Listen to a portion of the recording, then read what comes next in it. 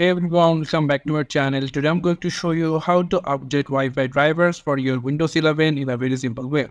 So first, you just need to convert into your search option, and from here you just need to search for View Network Connections. You can see here is our View Network Connection. If you click on that, then your network connection windows will be pops up.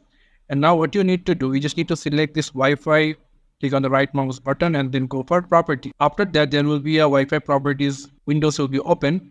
And now what you need to do, you just need to click on the configure and you will get Intel dual band wireless AC8260 properties. And then you just need to go for the driver section.